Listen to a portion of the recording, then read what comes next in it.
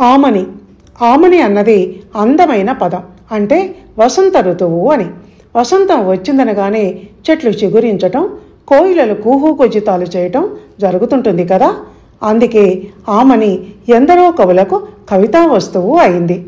ఆమని పాడవే హాయిగా, మూగవై పోకు ఈ వేళ, రాలేటి పూల రాగాలతో, పూసేటి పూల గంధాలతో, మంచు తాకి కోయిల మౌనమైన వేళలా, ఆమని పాడవే హాయిగా.